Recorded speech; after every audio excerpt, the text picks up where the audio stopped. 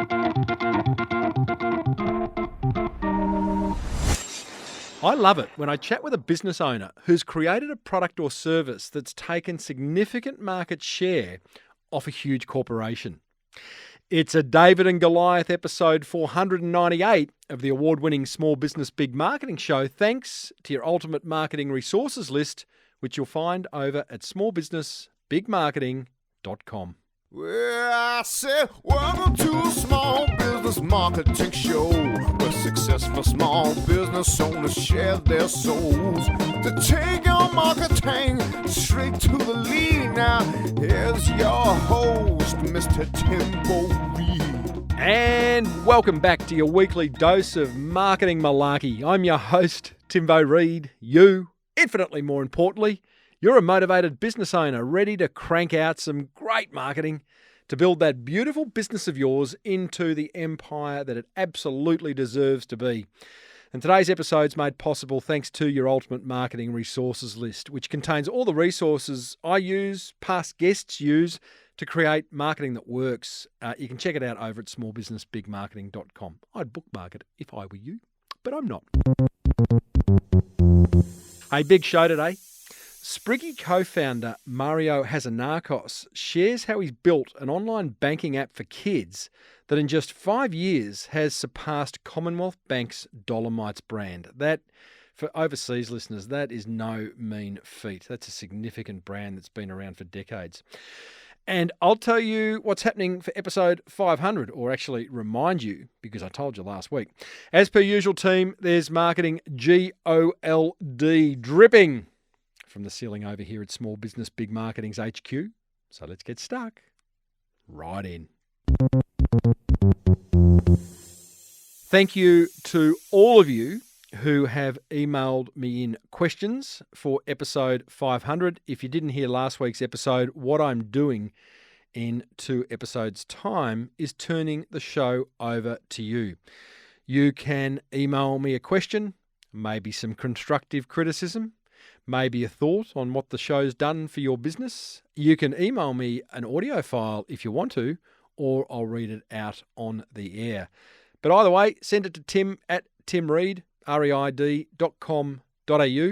Put 500 in the subject line, then I'll know what it is. And I'll be emailing my list as well, putting it out on social media, and getting as many questions as I can, really. And that can be about, well, be about my personal life, maybe. It'd be about my business life, definitely. Might have a question about your business, for sure, or something else. But we're going to turn episode 500 over to you.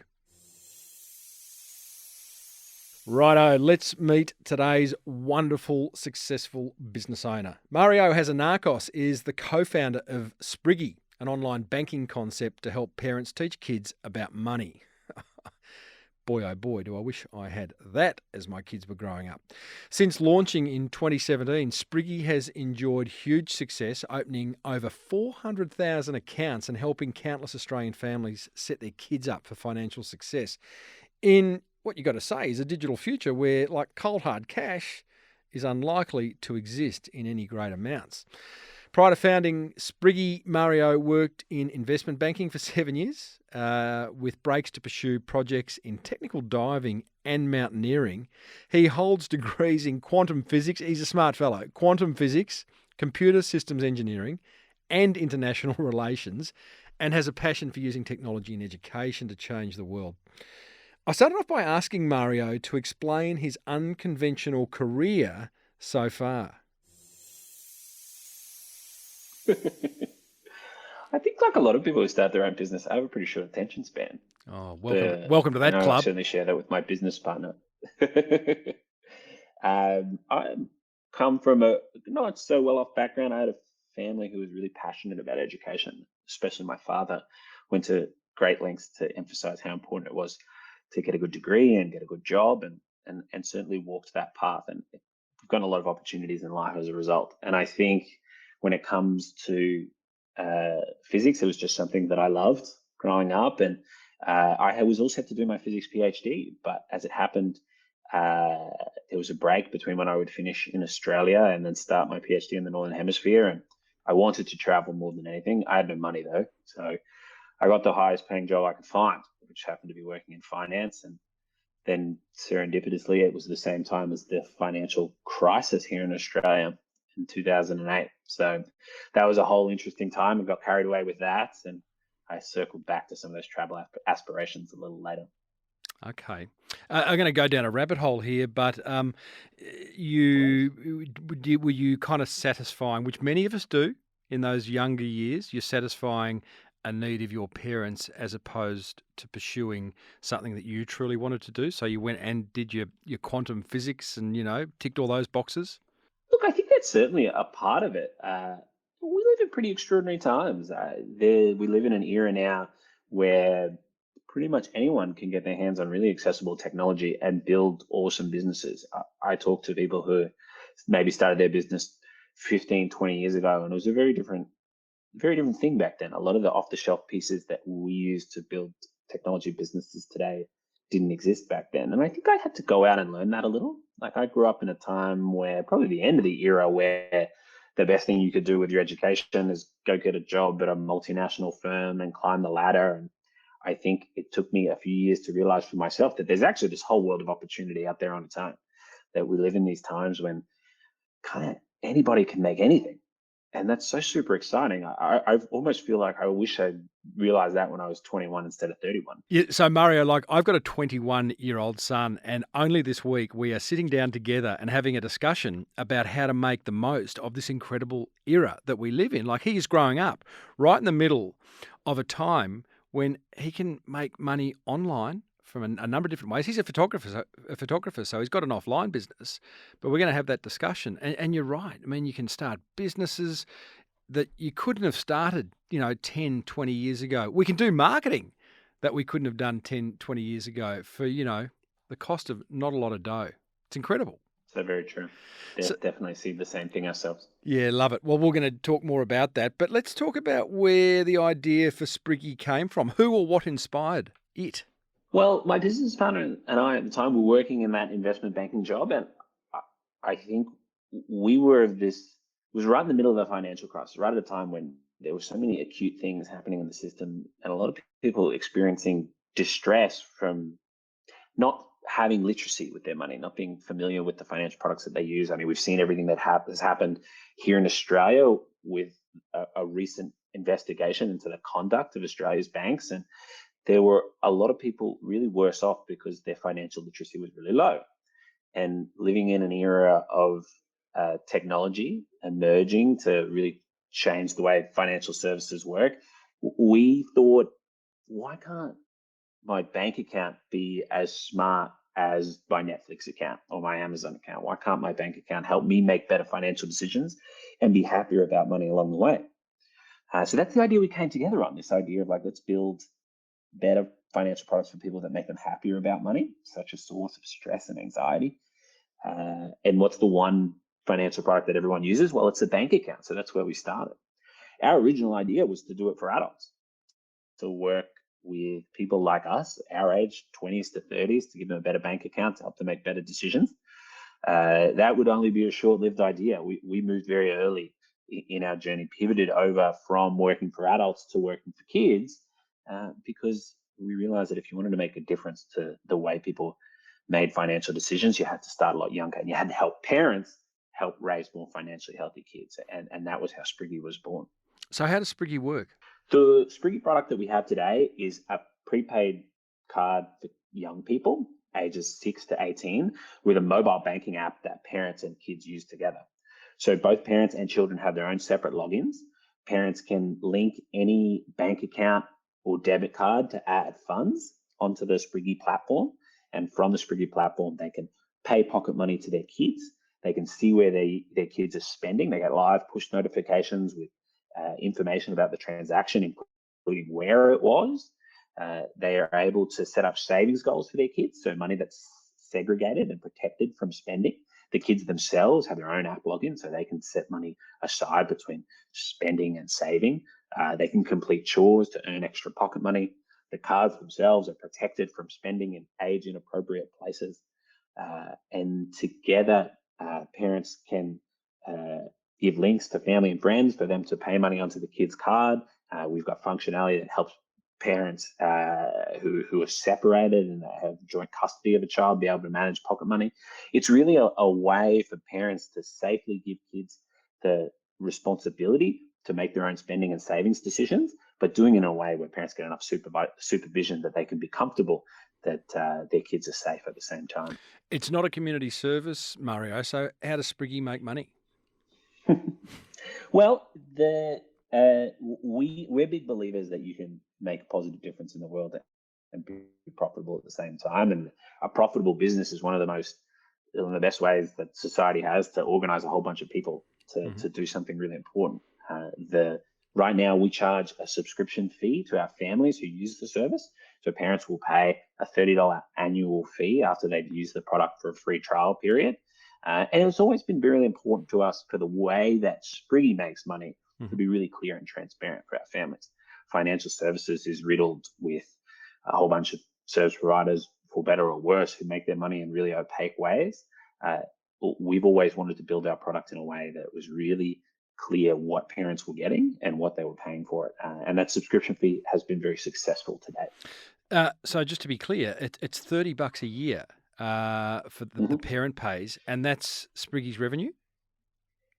That's right. Wow. You pay $30 per child account. So if you have more kids, then it's a higher fee. But yeah, that's where our revenue comes from. So really interesting. I only watched last night on YouTube this shop in New York that sells dollar pizza slices, and the two brothers who own it. It's called Two Bros in New York, and I thought I've got to interview these guys because it's a volume-based business. They have to sell a hell of a lot of pizza slices every day, to make a decent living.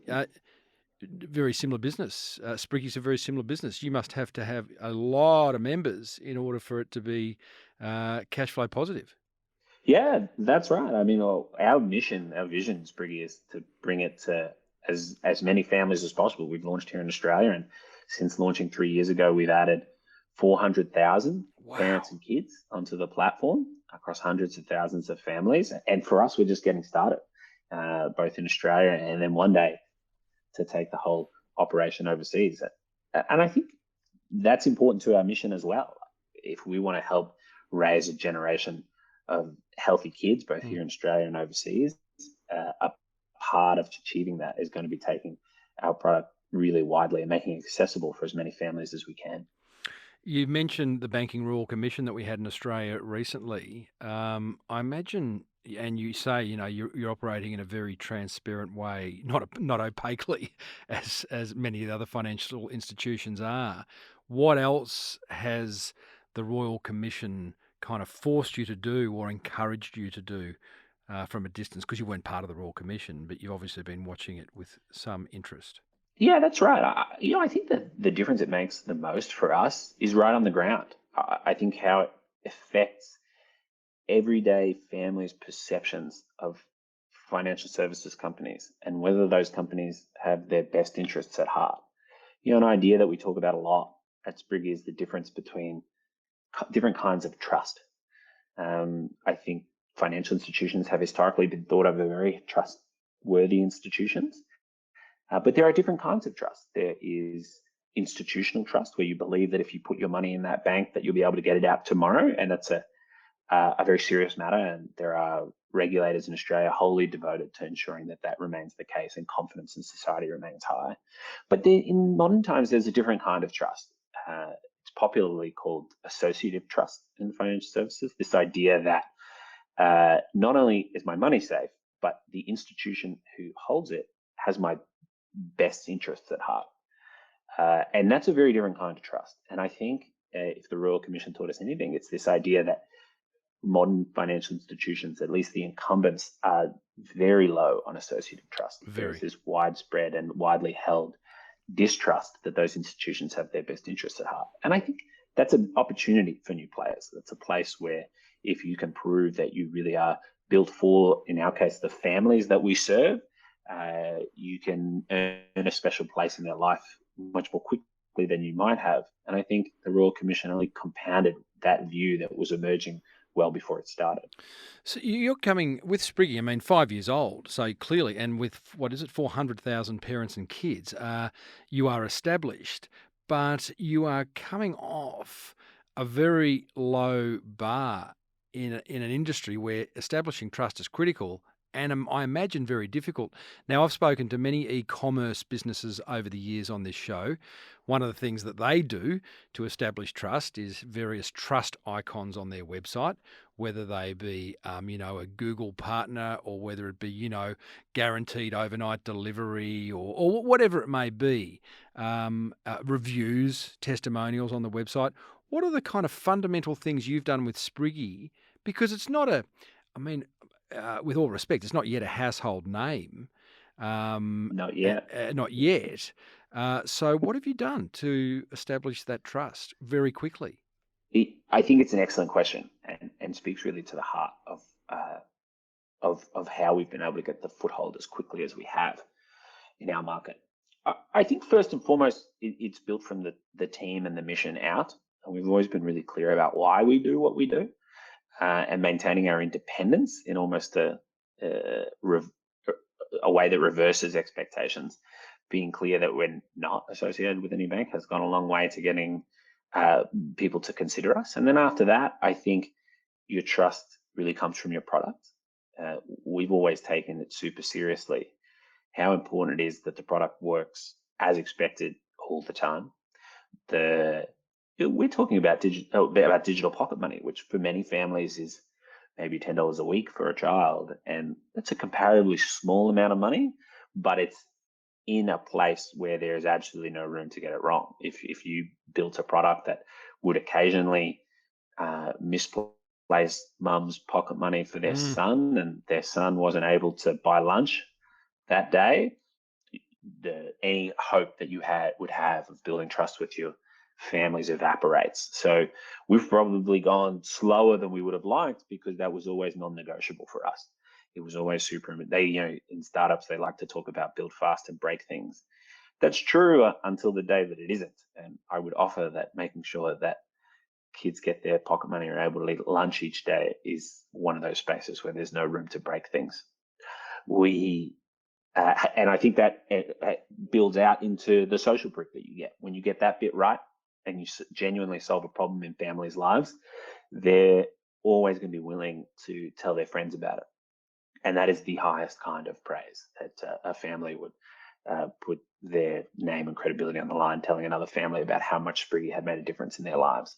If you don't start with a true purpose and you don't have a product that fulfills that purpose, it's very hard to have that authentic sharing mechanism, which has done so much to help us grow so fast.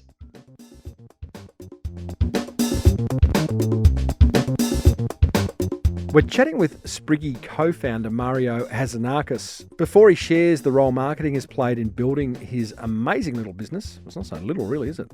I just want to remind you about the ultimate marketing resources list I've created for you.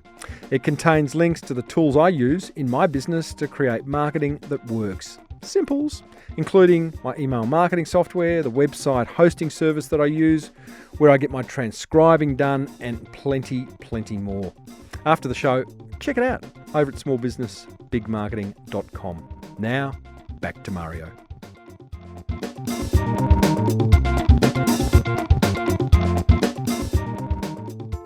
Do you seek that social proof, and if so, how? Very much. So we try wherever possible inside the Spriggy product, where we feel like we've given a good experience to families, to encourage them to review Spriggy. So, if you jump onto the iOS App Store, you'll see tens of thousands of reviews for the Spriggy product. Wow. And it starts to look weird, right? If you put the Spriggy banking app next to a major bank's banking app, you'll probably see that we have 10 to 100 times the amount of 5-star reviews that they do. And that's a function of the fact that building that social proof has always been important to us. It's super important that it's authentic. I guess there's a handful of tactics you could pursue to just drive a headline number of reviews and that's it. But that's never really, it's been super important that when people do share their story about Spriggy, they do it in a way that's real for their family.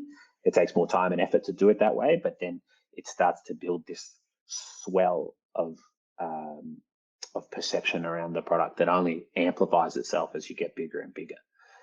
So that's always been really important to us in driving those reviews. And I think being smart about building your product in a way that when you do offer a great experience back to families, you give them a prompt to go and tell everybody else about it at the same time. Well, it just goes and reinforces what I interviewed. I was lucky enough to interview Seth Godin on the show about 3 weeks ago. And, the best marketing is a great product, and it comes up time and time and time again. So, you do that.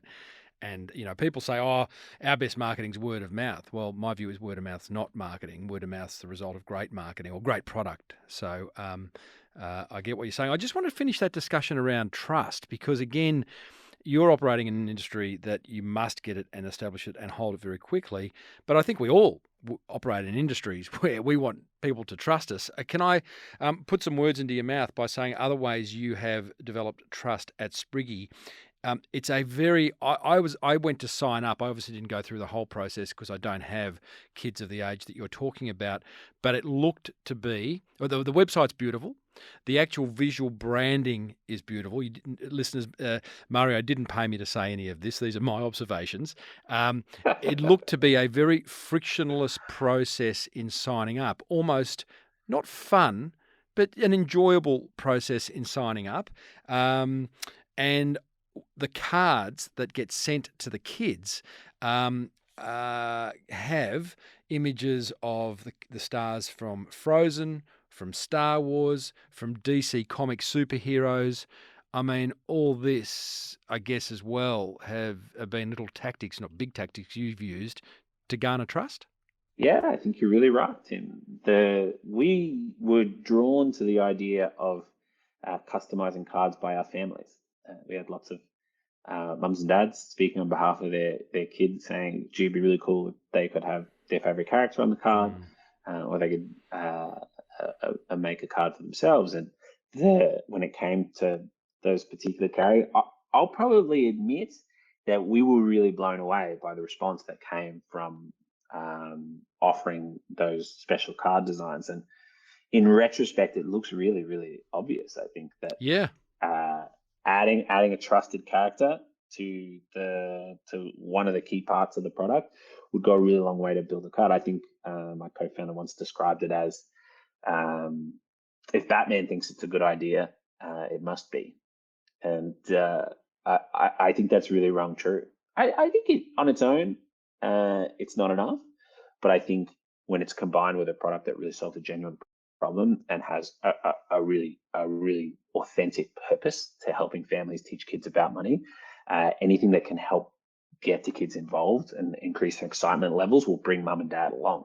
It's been a tremendously successful promotion to date, and I think we'll be seeing a lot of it in the future. I have no doubt. I mean, you buying the rights to use the images of those brands I just mentioned, I mean, that says so much. I mean, to me, that's immediate trust. It says these guys are big. They're not mucking around.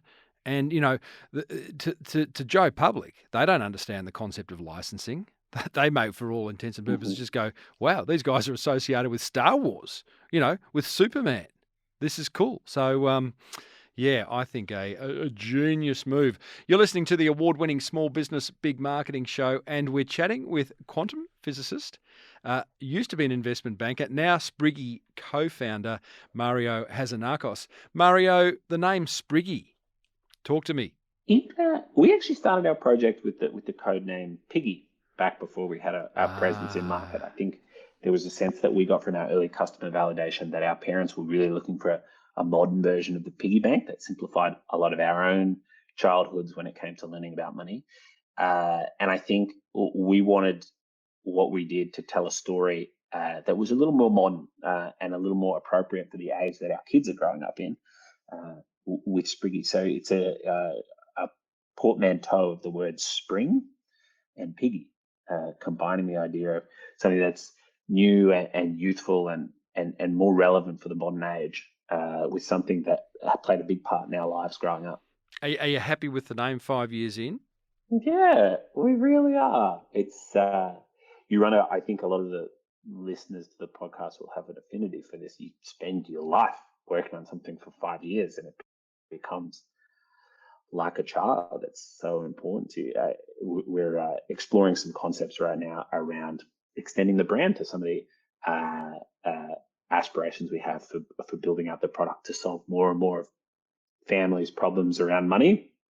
And so we're considering aspects of touching up the brand. And it's just amazing how much emotional connection you have to a word, and in our case, a pig with glasses. It becomes a big part of who you are. So, and I don't think you can ever predict how that's going to work before you start. Picking a name is stressful enough as it is. I think if I take any lesson from it, that one of the great things about building a business is that you get to chart your own path, and whatever name you choose or branding you go with, you get to make that your own along the way. And it feels like a part of me, and I certainly know a part of many of the people in the business. So how do I feel about it? It's very close to my heart. I think you make a good point. I mean, I've been involved in naming workshops. I've watched from a distance as other business founders name their business, and it can be a bit heart wrenching. And you get opinion. Everyone's got an opinion. The reality is, from what I can tell, is that just give it a name that you're proud to tell others when they say, "Hey, what's the name of your business?" or "What is it that you do?" But after that, it's the energy and the love and the resource that you put into that name that's going to make it appealing. And after all, as I always say, Apple used to be a piece of fruit. Absolutely. That's wonderful advice, Tim, and I wish I could time travel back to the Yeah, 2 or 3 days we wasted 5 years ago trying to come up with a name for ourselves. I get it. So, Mario, you're a quantum physicist. Alex, your business partner, he's a mathematician. He's graduated in philosophy. Two smart blokes. You've had a bit of a dream run in getting Spriggy to market. Was there a moment when you've both looked each other in the eye and gone, "Oh, hang on, maybe we should go back to investment banking. This just isn't working"? I think in any ambitious venture, you're always going to have times when you feel like you're right out there and things are out of control. And I certainly think we've had our fair share. Likewise, I think we've been very fortunate with how successful the business growth has been, and how much of our success has been about being in the right time and the right place and being opportunistic about that. I think there's a wonderful aspect of having a business partner. For those people out there starting their own thing and doing it on their own, I have infinite respect. I think Alex and I wouldn't be here if it weren't for the fact that the days when I felt like all was lost, he was there to calm me down and tell me to just keep going. And likewise, that I'm able to do that for him. I don't know how sole entrepreneurs do it. I have infinite respect for how they go about it. And I think that's one thing, a lesson that I've taken from this business, of just how important it is that you have wonderful people around you. We're lucky enough now, as the business has grown, to have a team that's been with us for a while now. And I'm able to lean on them much the same way I was able to lean on Alex in the early days. And I think that's really critical, that those days when it all seems too much and you feel like quitting, I think are unavoidable. The best thing you can hope for is to grow a strong, thick skin for that, and have people around you who can remind you that it's all going to be okay when things get hard. I think the way solopreneurs do it, and I'm one of them. I operate, by myself. Is you do surround yourself with good people, whether it be a formal coach or whether it be a mentor or a series of mentors. You may have a mentor around cash flow. You may have a mentor around HR. You may have a mentor around work-life balance, and doing it that way. But yeah, I think that sounds awesome. The fact that you two have got such a sounds like an open and honest relationship. Do you have hard conversations with each other? Yes, unreservedly, yes. I think one of the best skills you can get. I used to play roller hockey when I was really young. That was my sport. Roller hockey. Seriously. Yeah, and I remember the first training session I ever went to. It's the first training session of the year, and our coach, who became a really important figure in my life as I got older, his first drill in the first training session of the year was falling down and getting back up again. Not figuratively, like literally. We would all supposed to try and stay strong on our skates, and one of the coaches would come over and push us over, and we were only like 10 years old, so we all went over pretty easily. And then it was how to get up quickly. And I think I would ask him about it years later, and he's like, If you can't fall down and get up, then you've got no chance of ever being a successful player.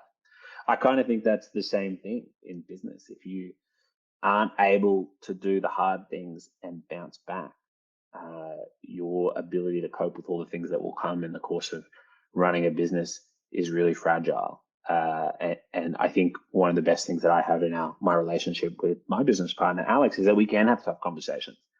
And there certainly have been moments where I think one of us has walked out of a room exasperated that they couldn't convince the other, or there's been some friction that's been difficult to deal with. But the fact that you can be honest with each other when things are hard, and that you can survive those moments and be stronger for them, is just such a source of strength, because now there's nothing you can't do together. So I think being able to have that relationship with whoever you work with, whether it's your business partner or the key people around in your team, is really critical. We have a here we go. I'm going to get all personal here, but I have to, because I'm a solopreneur. So, but in my personal relationship, my girlfriend and I have a thing we call awkward conversations. So we actually say, hey, I want to have an awkward conversation, and it kind of puts a smile on the other person's face, puts the fear of God in them too. But it's a really nice practice to have, because it acknowledges that not all the time, not all things are easy to talk about, and sometimes you just want to raise things that you think are going to be hard. But often when you do raise them, they're not as hard as you thought they were. Anyway, enough counselling. Tell me, Mario, your customers. You are an online business. You have no storefront yet. Talk about that. How well do you know your customers? And how do you sort of keep a finger on the pulse of what they're thinking, besides just watching social threads? I think it's right in our DNA from the very earliest of days. The way that we came to build Spriggy was a little indirect. We originally were building a better bank account for ourselves. That was the first vision. When we realized that didn't necessarily have the product market fit we needed to really invest in, we moved over to parents and kids. And in those early days, none of the people in the business were parents ourselves. We were always visitors to the land of the families that we served. And we were scrapping for survival at the time, just trying to find the right product market fit that would keep our business alive. And I think when you have that kind of existential desperation to understand your customers, there's almost nothing you won't do. We've done crazy things in the course of trying to understand and make our earliest families happy. I remember when we first stood up our product, so we had to pursue a reasonably novel path to be able to be a technology company that white labeled somebody else's capacity to hold funds and issue cards. And that really hadn't been done in Australia when we started. And so there were definitely some kinks in it when it first got started. Sometimes the cards wouldn't necessarily work the way that our parents expected. I remember once there was one family here in the Greater Sydney area who was trying to buy some makeup online for their young daughter, and the card didn't happen to work. So we, just in an effort to make sure the whole thing wasn't a letdown for them as an experience, we went and found the very items that they were trying to buy online from stores here in the city.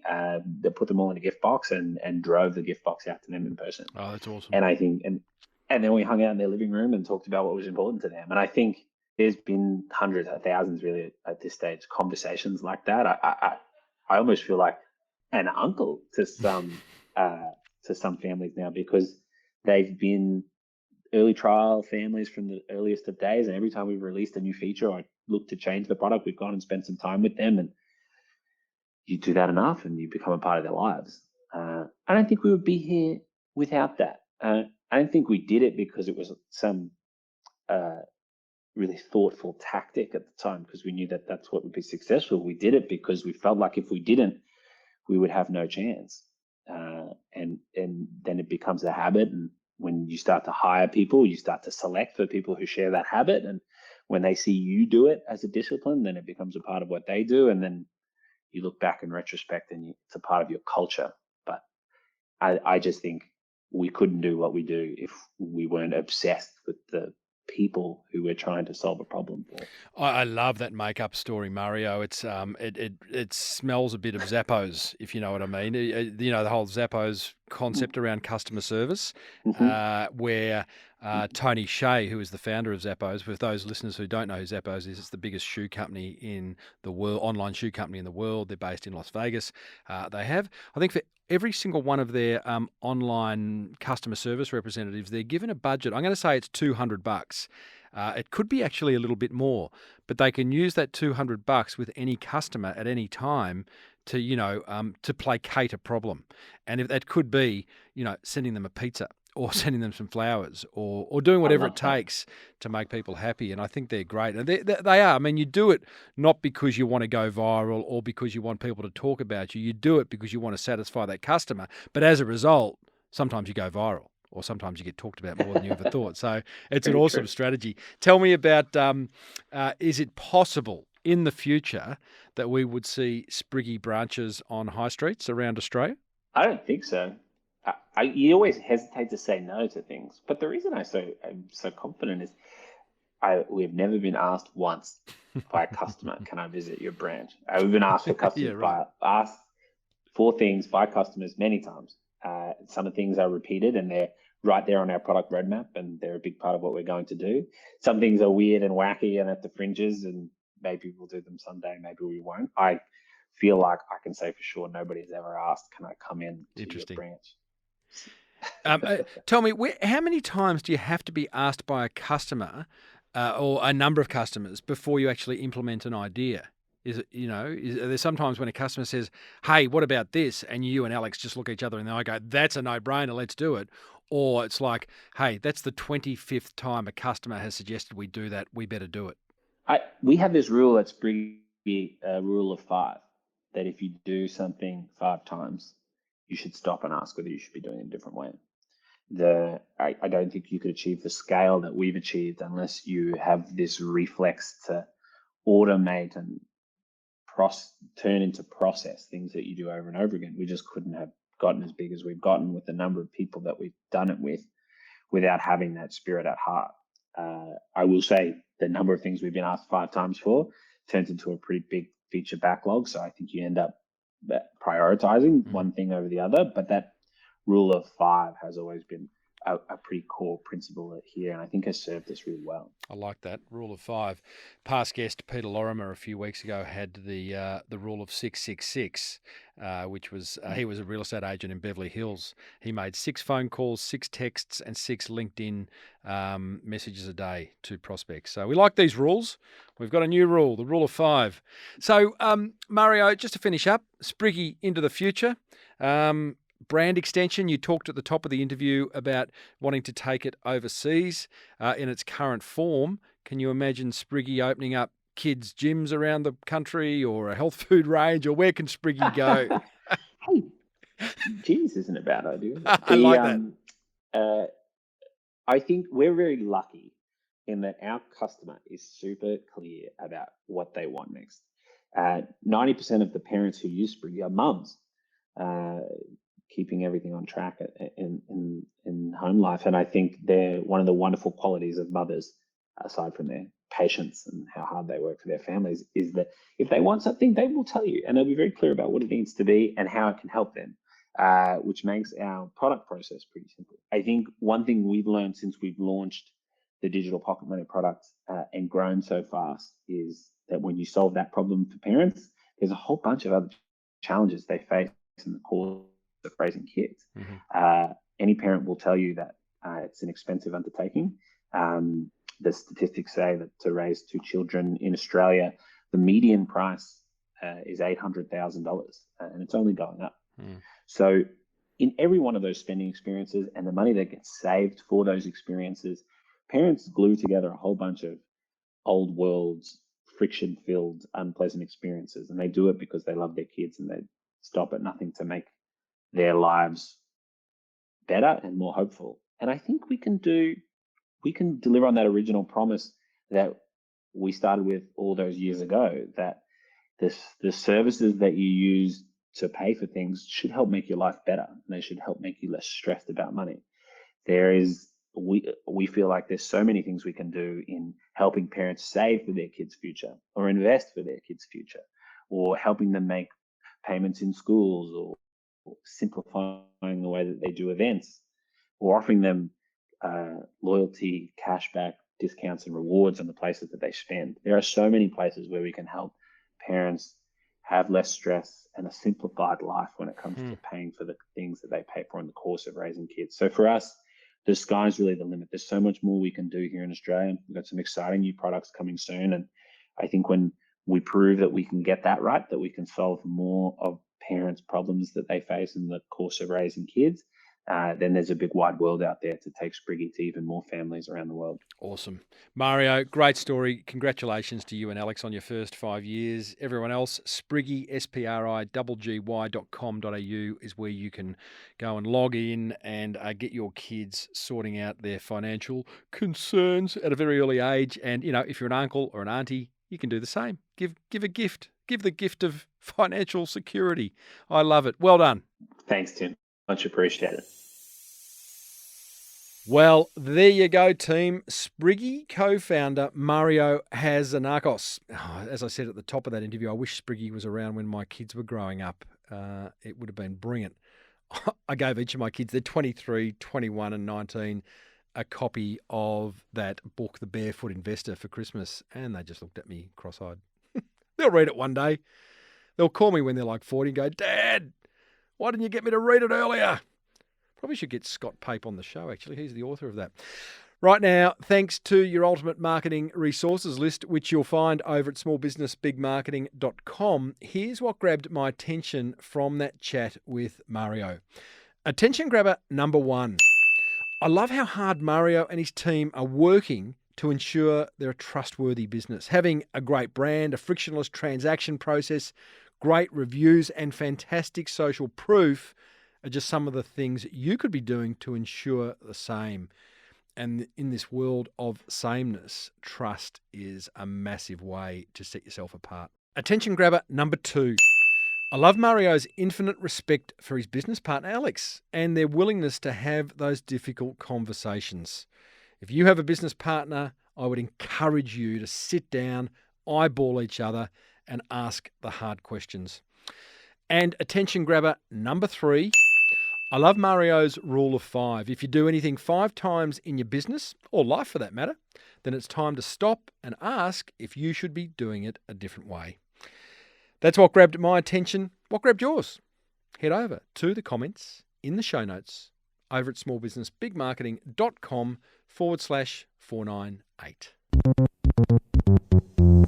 Well, that wraps up episode 498 of the award-winning Small Business Big Marketing Show. Thanks to your ultimate marketing resources list. Big thank you to Charlie and his team at Vela Media for pulling the episode together. They do the social media. They do the email that gets sent out to my wonderful list. They edit. They do all sorts of bits and bobs. Jamie and his team at Studio 822 do as well. They keep the kind of vibe going in the studio so that I'm standing on a Persian rug. I feel like I'm like a rock star standing here recording.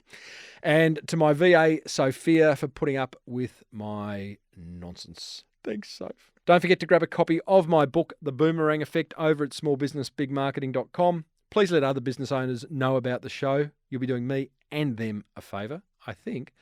Until next week, I'm Timbo Reid. Thanks for tuning in.